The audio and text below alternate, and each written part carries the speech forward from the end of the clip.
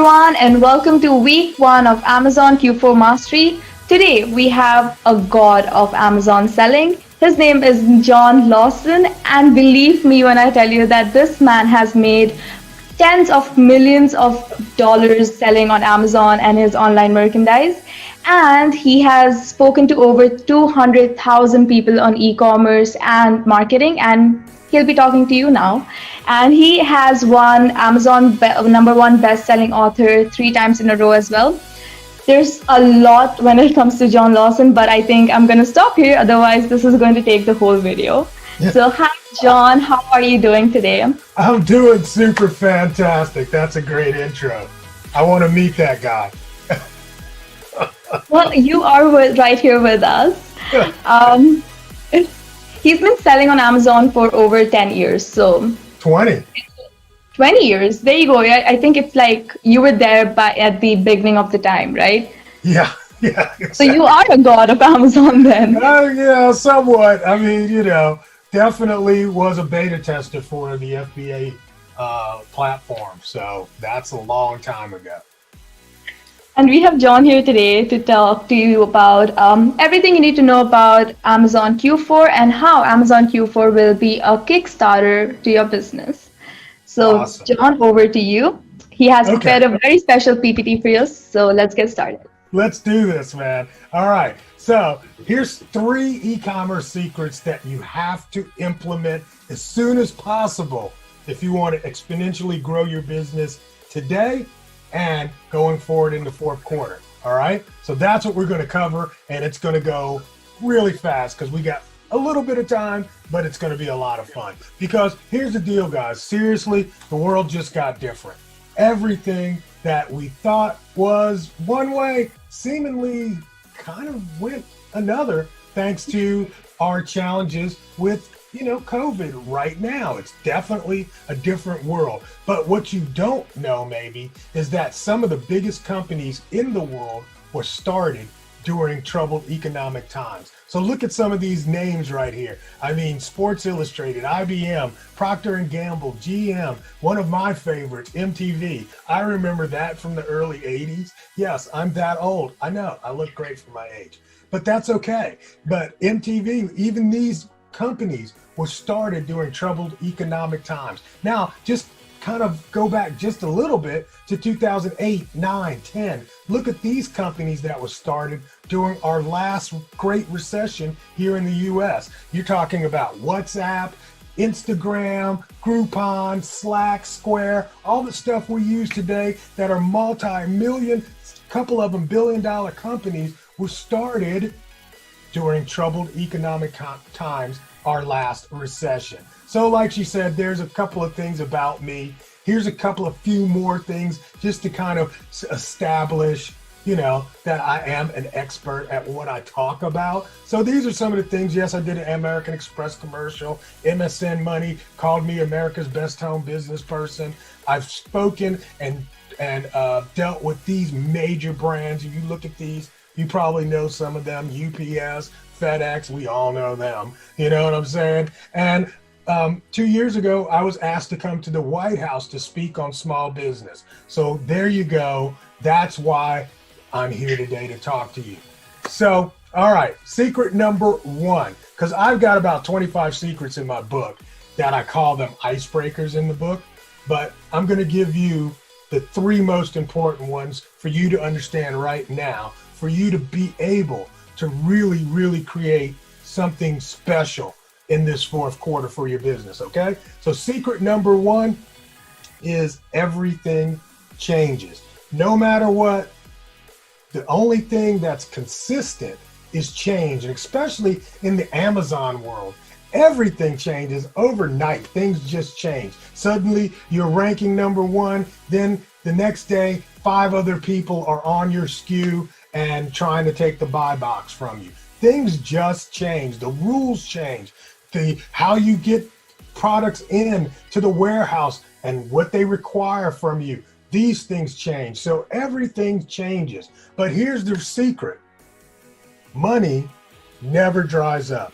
No matter what the economy, no matter what the change, money never dries up. What does money do? Money moves.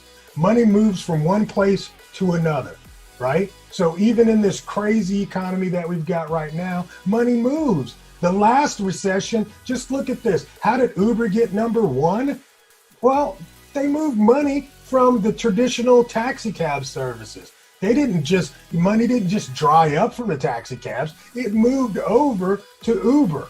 Money moves. It didn't move to Airbnb, from just nowhere. Well, it actually moved from the Holiday Inn industry of retail, or not retail, but brick and mortar hotels and motels, and that money moved over to Airbnb. So no matter what the economy, money always moves. How about Amazon? It's kicking butt right now. The stocks are going sky high. We're going to look at some numbers here in just a minute. But where did that money come from? Well, it came from the old brick and mortar retail, right? So Sears used to be the Amazon of the 50s, 60s, and 70s, believe it or not. But today, it's hard pressed. Every time you see a Sears store, it's probably boarded up or about to go out of business. That's because the money moved, right? So let's look at these money moves right now in Amazon. Just look at this. This is Amazon's earnings that was just announced a couple of weeks ago. And what you see here, all the way on the right, is quarter two, because that's the quarter that got hit the hardest with the COVID here in the United States, all right? And if you remember, Amazon got hit so hard that some of us were restricted from sending stuff into the Amazon platform. Some of our listings were slowed down and actually deprecated so that Amazon could catch up with all the volume that they were having. So if you look at this, Amazon basically had an $88 billion quarter. Now look over to the left and the left again, and you see quarter four. Normally, Q4 is Amazon's biggest quarter. We topped that in Q2 of 2020. Just think about that. And then go all the way to the left of this graph, and you see Q2 of 2019. The second quarter is normally Amazon's slowest quarter of the year. This year, it was bigger than Christmas. That's how much volume has moved. Remember, we're talking about money moves. That's how much volume of money has moved from somewhere over to Amazon this year. Now, take a look at this chart. This chart shows you the revenue percentage of all of retail that is actually a share of online retail. Okay, you get what I'm saying? So books, movies, videos, 54.9%, 55%. 55% of all books, music, and video are sold online. That's what this chart actually means. All right. The other 5%, that gets done in brick and mortar. Feel me? So go all the way down this. Why this is good information, because this will show you the categories that are growing, the categories that are really strong online. That doesn't mean that if you're dealing with auto parts, it's 3.9%. That doesn't mean that it's a bad category. It's just that's the percentage of it being sold. Now, look all the way at the bottom. Food and beverage, 3.2%. I know a lot of you are probably in some food and beverage as it relates to Amazon as a category. Look what happened to food and beverage in the last 3 months. It has moved from this 3.2%, and literally almost overnight, it went to 21%. Just think about that from Amazon's perspective.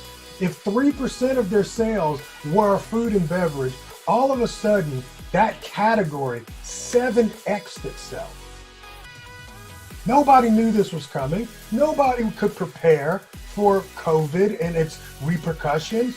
So Amazon was hit like majorly with food, and the deal is food and beverage. You know, when I order food and beverage, I need the food and beverage right now. I'm not trying to wait 2 weeks for no food and beverage.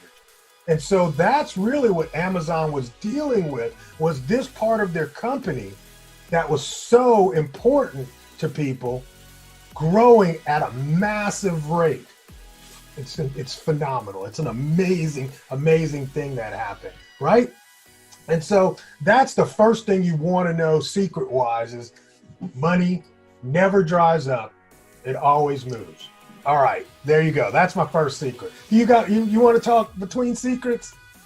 Yeah, that would be great. So, starting from the first slide, I think we spoke about how the COVID hit us, and I don't want to be funny right now, but I think people kind of went bats, and they were, so they decided that, brick and mortar is not really working out for them. Let's start selling on Amazon. And we can see clearly through your PPT that the sales have increased a lot. Like most of the people who were selling in their retail stores have shifted to Amazon. And we also noticed that there was a really huge increase in book, and that could be because of retail arbitrage and how retail arbitrage is now moving to online arbitrage in terms of book selling. And yeah, I think that PPT was great and the first secret. And I wanted to ask you one more thing before I forget. Postal, as you mentioned, I have noticed that the government is increasing their prices for postal, and the couriers are going to be more expensive to send to people. So what do you think, why that's happening, and what can sellers do about it? Well, here's the thing, and you got to really think about this. No matter what, in our e-commerce business, and this really, like I've been in e-commerce for a long time. So what we do in FBA is we don't really deal with the postal or delivery side of things and the cost as much because it's kind of hidden. It's hidden in our our Facebook. I'm all over the place. It's hidden in our Amazon fees, So it's like, okay, here's the cost of getting the goods, and it's going to be 15% plus the pick, pack, and ship on top. And it's just a fee that it's not in our heads. But of course, getting products to our warehouse, sorting it, and then moving it up to Amazon, when those fees go up, we notice, right? But the most expensive part of e-commerce is the last mile. That's usually the United States Postal Service for things under £1. Trust me, there is no competition under £1 for United States Postal Service. There really is not. If you use some of these other ship forwarders, all they do is they have a special deal price with the United States Postal Service. But when that truck drives up, it's a United States Postal Service truck that puts it in your mailbox. The United States Postal Service is very, very important to small business. However, at the same time, we've seen new stats that up to 66% of all packages delivered are now being delivered by Amazon for Amazon sellers. That's huge because it was less than 50% just a few months ago. A year ago, it was around 40%. So Amazon has almost doubled its ability to deliver its own packages. Why is that important for Amazon? Is because Amazon wants to control the speed of delivery, of course, but also they want to control the cost that they have to deal with on that last mile. As they build out this network, they're not going to be as susceptible to these postal hikes or disembodiment that we're seeing going on in the United States at this point in time. So yes, the United States Postal Service is very important for us as small business, but Amazon recognizes that it can't depend on that forever. True. Yeah. And could you also tell us why this Q4 is different from the rest of the Q4s? I mean, I understand that Amazon has increased its revenue in terms of Q2. So it's obviously this Q4 is going to be like the biggest, I feel. So except that, what do you think could be the reason why this Q4 is going to hit us differently? Well, I'm on the fence about this Q4. All right. I think, yes, there's going to be a lot of, there'll be some increase. Is it going to be massive increase like we've seen in other Q4s? I don't know. That's up in the air. Could a lot of the money that was spent in Q2 that mimicked the Q4 be some of that money moving from Q4? Q4 in the United States has something very, very specific going on. We have an election going on. And that election, we don't know what the backside of that election is going to look like. Nor do we know what PPP, which is the, government subsidies for small business owners to keep people on the payroll, is going to look like as well. So there is, and on top of that, we got double-digit unemployment. I'm not sure what Q4. There's so many things that are unknowns right now. I'm not sure how Q4 will fall out. I know we'll still be doing what we normally do. We'll be gift giving, but we won't be traveling as much as we used to. So those kind of gifts, in those kind of categories might not do as well. So it's going to be weird, but remember, secret number one, money just moves, right? And you want to get to where the puck is moving to, So it'll be interesting. It's going to be an interesting quarter, but there are a lot of variables that are going to impact it. Definitely. So a lot of uncertainties in the air, and people who are listening to us, please go vote. Your vote matters. Just a public service announcement right here.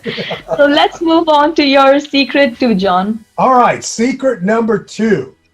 Since all these things that we just talked about are going on, now is the time to secure your e-commerce kingdom. How do you do that? Well, we just talked about the growth. This is growth from 2014 to 19. Major growth. I think 2020 on the side of this is going to be even bigger. And these are, broken out by countries. So look at some of these countries that are really moving fast in terms of the percentages. Yeah, China is huge, still huge. All right. But why do people shop online? Why do people shop online? The number one reason, if you look at this chart, the number one reason is for convenience. Right? Their ability to shop anytime they want, 24/7, no matter where they are. The second thing is price. Price is very important for online shopping. Competitive pricing, yes. Number 3, online sales normally have better pricing, so that's why they go to it. So the top 2 out of 3 things are price, which is kind of interesting. And then after this, it kind of falls off, right? So convenience and price are the most important parts of the e-commerce pie. If you want more of the pie, you have to be cognizant of these things. That doesn't mean you have to be the lowest price. That doesn't mean you have to be the fastest, but you need to understand that those things are the people are looking at. So there's really kind of 3 models of e-commerce, right, for you to learn and try to dominate. Well, most of us, if we go all the way to the right of this chart or this slide, we got marketplace. We're already doing the marketplace things, right? We know marketplaces. We're comfortable with marketplaces. What are some of the pros about marketplaces? Well, it's easy to get started. It's got a built-in audience of buyers. When you put stuff on a marketplace like Amazon, eBay, Etsy, there's buyers already there. So you're putting your products just in front of it. All right. People are familiar with the brand, which is a good and a bad thing, right? Well, we'll go to the cons in just a second. They trust the brand, and it's low finances to get started. What are the negatives? Well, it's really highly competitive. So you got to use tools and all these things like SellerApp that really help us to be more competitive in that environment. And here's another problem. You don't actually own the customer. So building a customer list is hard. It's not impossible, but it's hard. All right. You have no control over the buyer experience. That's the purpose of doing the FBA. When they have a problem, they get to call Amazon about it. When they get a box, it says Amazon on it. So you don't control that. It's more costly. Believe it. It's a lot more costly than if you deliver direct to consumer. Why? Because we pay fees to Amazon for them to do all this work for us. So it's more costly. It makes sense, right? And your store is always at risk. Your business stays at risk. Ask anybody that's ever had their thing shut down and put away for a month or 2. it can be very painful. All right. The other business model are cloud-based solutions, right? Some of those are like Shopify, BigCommerce, even GoDaddy has a store, all right? So those are store solutions, but they're based in the cloud and you put your products on those stores, right? There's no hosting fees. Those are the pros. No hosting, no installation, low security risk because they're always updating the security there, right? So you don't have to worry about that. You got templates and easy features to make it so you can put your store together pretty quickly, and it's easy to scale and integrate. As you grow, the store will grow with you. What are some of the cons? Well, you don't actually own the store. So again, Shopify gets a bug up their butt. I'm going to just say it. And they can shut you down. I mean, seriously, they have rules, what you can sell, what you can't sell, and what we'll take money for. So you got to make sure you stick with that. Limited customization, that's because you're using those templates to get, put together and make it so that you can get up and running pretty fast. So they limit the amount of customizations that you can do.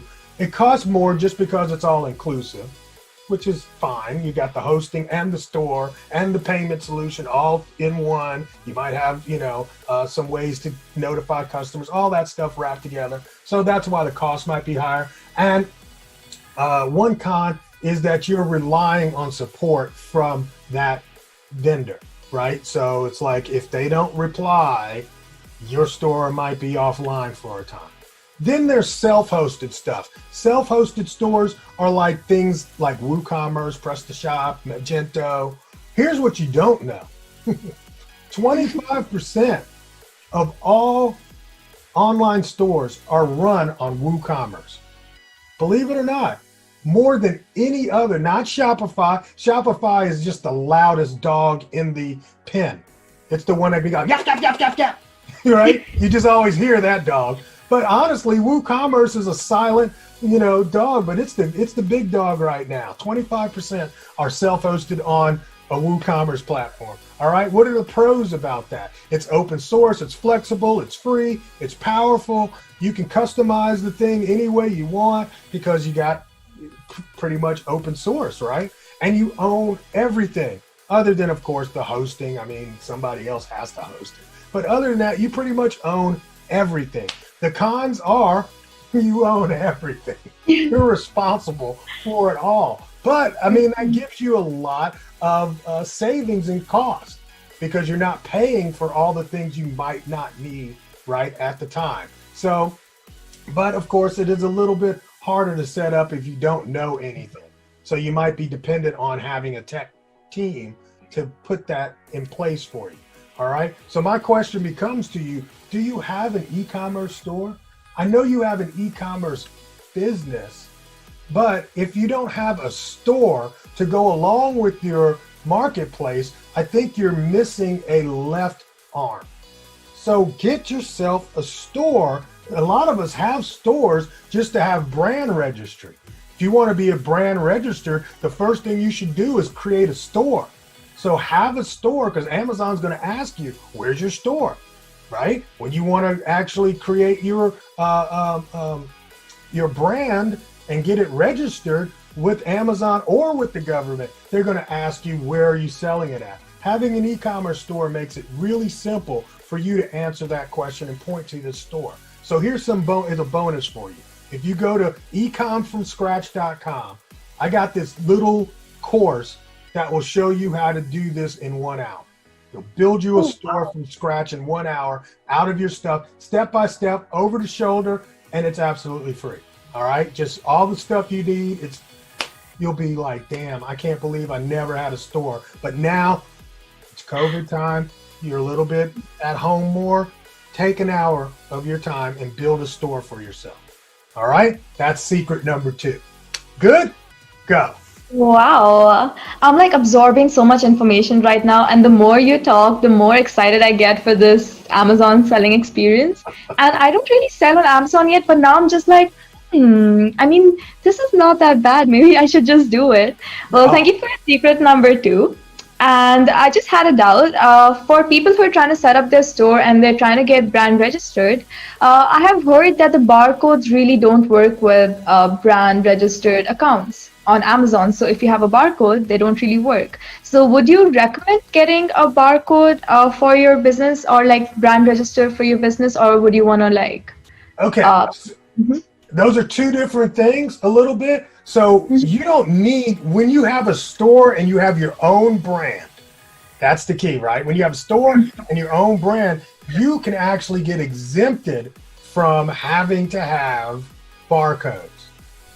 Wow, okay. Yes. So you don't So, really need them. Then it yeah, is way more convenient to have your own store, and then it is way more convenient to have your own brand registry. right. So I And would then you have to suggest, have your brand registered with the United States Patent Association too, okay?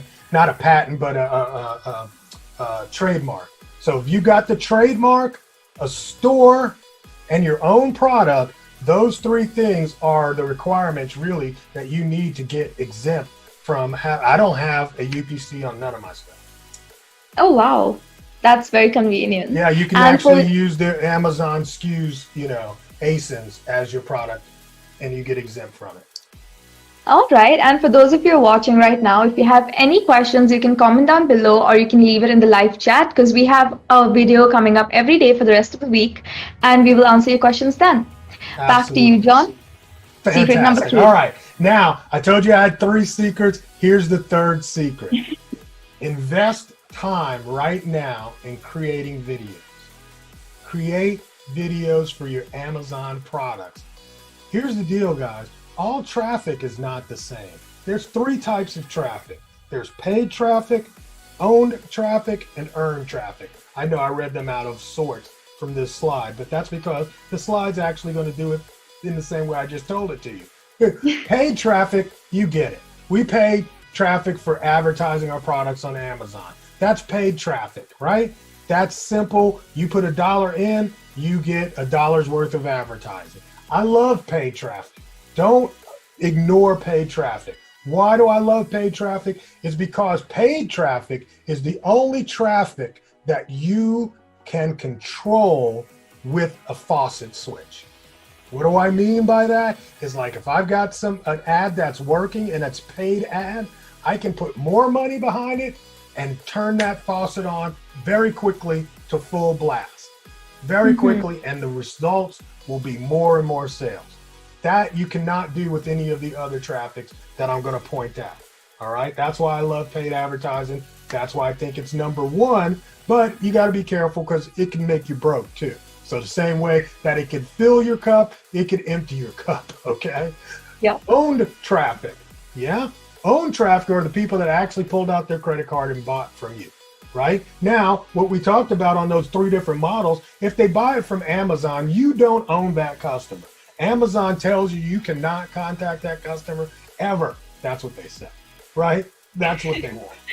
They own that customer. That's an Amazon buyer. However, if you have your own store, you actually own that customer and you own the right to go back and contact them. So own traffic is very valuable. The money is in the list. That's why Amazon will do things like their whole media stuff, Amazon Video, Amazon Music, all of that is loss leader just to get more people signed up for Prime because they understand if we own that customer, we can sell them more. So own traffic is where the money is for sure. But there's another one. There's earned traffic. Earned traffic is when you create content and then you put the content out and people happen to see your content and then they end up buying from you. So you've earned their traffic just by creating that thing. But what's so cool about earned traffic is you only have to create that thing once and it works for you over and over and over again, even while you sleep. Video is like that. I made this video years ago. This is kind of my claim to fame, is that I made this video on how to fold bandanas and I put it out because people kept asking me how to fold the bandanas they would buy from me. And I was like, everybody knows to fold a bandana. Are you stupid? I got so tired of answering the question, I made a video showing them how to fold a bandana. And look in the bottom right here, left, right, yeah, right? 300,000 plus views on one video. It went viral. And from that video, we sold tens of thousands tens of thousands of dollars in bandanas just because we made the video. So invest right now in video. Invest in video. And look, guys, if you don't believe me, here's some stats for you. 90% of customers say videos help them make buying decisions. Look at that. Conversion rates on landing pages go up by 80% or more just from having a video on their page. And these are Amazon stats. If you don't believe me, here's more proof. 96% of customers find video very helpful when making online purchases. So you figure inside of an Amazon world, they're able to see other products like mine. People also bought all that stuff. But if your video's answering all the questions, then I'm more inclined to trust you as the vendor that I'm going to purchase from. So videos do that. 79% of online shoppers would rather see a video versus reading text. Who knew? Everybody. We know pictures are better than words. And the cool thing is pictures have audio with them. So now you got pictures and sound, and then you still got the text if they want to read. So you get everybody. You capture everybody now in the way that they want to get that content. And then, of course, it says again the 80%. So are you guys getting this? Definitely. Fantastic. All right, go ahead. That's 3. Well, that was so interesting because recently I have noticed that Amazon has an option where you can upload videos of your products rather than putting up images. And the only drawback of that I feel is that you cannot see your customer conversion rate, because when you're uploading a video, Amazon is not telling you how many customers you're getting or how much profit you're making, like how much traffic you're getting through it. And as I am a visual learner too, and the most of the population is a visual learner, I have no patience reading an instruction manual that comes with any of my products, because there are just so many words in so many different languages. But if you post a video with the product that you're selling, I mean, that's perfect. I would rather watch the video. So I'm like, I know I have a video to watch when I get the product. So there's your sale. And I think this is a really good tip by John. Yeah. And another thing I wanted to mention was you have to stay true to your brand. I'm quoting the god of Amazon selling again.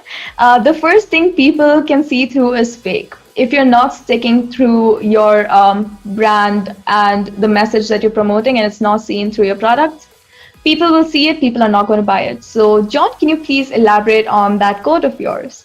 Yeah, I mean, the deal is it's hard to sell something you don't believe in, right? Definitely. And that's really your brand is what people say about you or your products when you're not around, right? And so you want to really have a product you believe in, and then when you are talking about it, when you're creating content around it, when you're doing the descriptions, it comes through. It's like, Definitely. no, when I say this thing actually works, that will help you with this problem, this is why you should get this product. It just comes through. Authentic. It's so easy to be authentic. It's a whole lot harder to pretend and be fake. It's so much harder. Definitely. So much work, because recently I came across a lot of products that claim to be eco-friendly and that they had no parabens and sulfates. But once you see the ingredients, there are clearly sulfates present there, but in another form. So you are lying to people, and people can see through it, because the comment section was filled with people commenting that, dude, there are sulfates in your product, we can see it. So be authentic, guys. It doesn't take that much of time. Absolutely. Fantastic. All right, so we're going to recap real quick for the 3 things. All right, let's recap. Number 1, money doesn't move. Money moves, it doesn't dry up, right? So understand, if you're feeling like your category is doing certain things, trust me, that money's moved to a different category. Start looking around, all right? Number 2, start securing that e-commerce empire that you're building. Grab a store. Get a store just to have it out there, just to drive traffic to, and see where that will help you I made a doc for you. Go to Ecom from Scratch, grab that, build your store this weekend. All right. And then number 3, invest in that video. Do it, do it, do it. Don't have to do it all at once. Just little by little, get your video together. So there you go.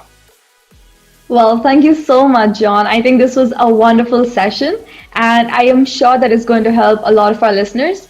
And if you like the content of this video and if you enjoyed watching this video, make sure that you like and comment down below so we know that you're liking this video. And we're always listening to your queries and making our content seller friendly. So if you have any suggestions for us, you can comment down below and we will make videos accordingly.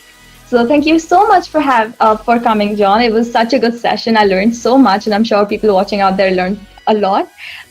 Thank you for watching Amazon Q4 Mastery. This is just week 1, and this is our first session. So you know what's coming next. There is a lot of things coming next, and it's going to be equally interesting. So thank you so much, John, and I will link the document down below so you can always check him out and go to him for your any Amazon query. And SellerApp is again happy to help you scale your Amazon business. Check out our free tools, which will be linked down below again, and we will see you on day 2. Stay tuned.